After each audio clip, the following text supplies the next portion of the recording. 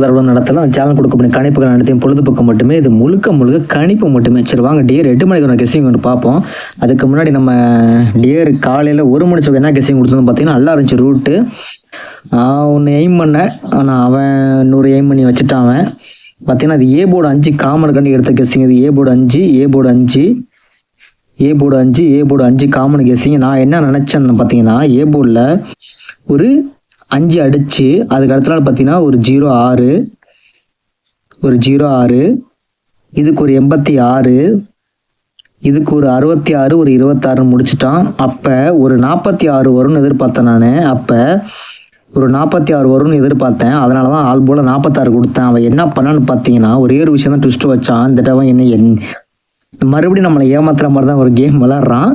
அதுக்காண்டி தான் ஒரு 96 வருஷ நம்பருக்கு ஒரு 66. அப்போ ஏசி 96 பிசி 66. அப்போ ஏபியில் ஒரு 36 ஒரு நம்பர் அடிக்கணும். அதுதான் கேமில் வந்து ஏபி 36 அடித்து 362 ஒரு நம்பர் அடிச்சிட்டான். நம்ம ஒரு கெஸ்ஸிங் பண்ணோம்னா அவன் ஒரு கெஸ்ஸிங்கில் போகிறான். ஜஸ்ட்டு மிஸ்ஸாக தான் ஆகிடுச்சு. நான் ஆள் கூட 6 கொடுத்துருக்கலாம், நான் தப்பு பண்ணிட்டேன். சரி வாங்க டியர் 8 மணிக்கான கெஸ்ஸிங் ஒன்று பார்ப்போம். அது வருமா என்னன்னு தெரியல. கண்டிப்பாக ஒரு கமெண்ட் செக்ஷனில் கண்டிப்பாக ஒரு கமெண்ட் பண்ணுங்கள். ஒரே ஒரு விஷயம் தான் பார்த்துருக்கேன் லாஸ்ட்டாக ஒரு ஓரலாக பார்த்தேன் பாருங்கள். அவன் விளாண்டா சி போர்டு 2 காமன் ஒரு கெஸ்ஸிங் எடுக்கிறேன் பார்ப்போம். 2 சி போர்டு 2 ஸ்கிப் பண்ணாமல் கண்டிப்பாக புரியும். 2 சி போர்டு 2 இந்த 2 சி போர்டு 2 கேப்பு வந்து பார்த்தீங்கன்னா ஓரளவுக்கு நார்மலாக இருக்காது.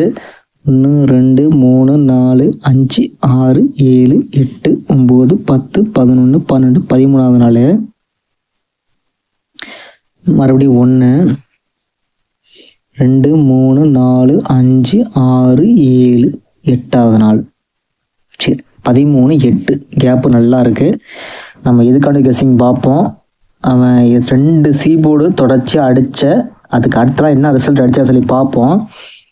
நல்லா ஓரளவு பாருங்கள், அப்போ தான் உங்களுக்கு புரியும். அதுக்கு கீழே பார்த்தீங்கன்னா ஒரு 128 நம்பரு அடிச்சிருக்கான். மறுபடியும் ஒரு 908. காலையில் என்னை எப்படி ஏமாத்தினானோ அதே மாதிரி இந்த சூழலை என்னை ஏமாற்றக்கூடாதவன். காலையில் என்ன சொன்னோம், ஒரு ஏசியில் 96 பிசியில் ஒரு 66 அப்போ ஏபியில் ஒரு 36ன்னு அடிக்கணும். கரெக்டாக அந்த பேட்டர்ன் க்ளோஸ் பண்ணால் அதுக்காண்டி இப்போது நைட் 8 முடிச்சவன கெஸ்ஸிங் பார்த்தீங்கன்னா ஒரே ஒரு விஷயம் தான் சொல்கிறேன். பிசியில் 28 அடிச்சிருக்கான், 08 அடிச்சிட்டான்.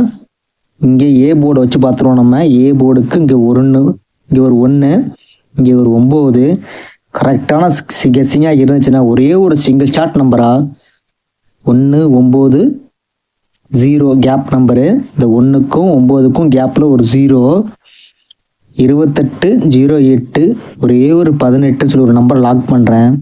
சிங்கிள் ஷார்ட் நம்பராக 018 ஒரு நம்பர் லாக் பண்ணுறேன். உங்கள் கெஸ்ஸிங் வந்துச்சுன்னா ட்ரை பண்ணுங்கள். எனக்கு இன்னைக்கு 8 மணி சொக்கான கெஸ்ஸிங் பார்த்தீங்கன்னா ஒரே ஒரு சிங்கிள் ஷார்ட் நம்பராக 018 சொல்லி லாக் பண்ணுறேன்.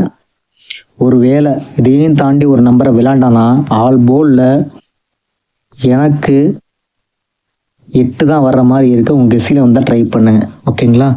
ஒருவேளை 28 08 88 கூட அடிக்கலாம்.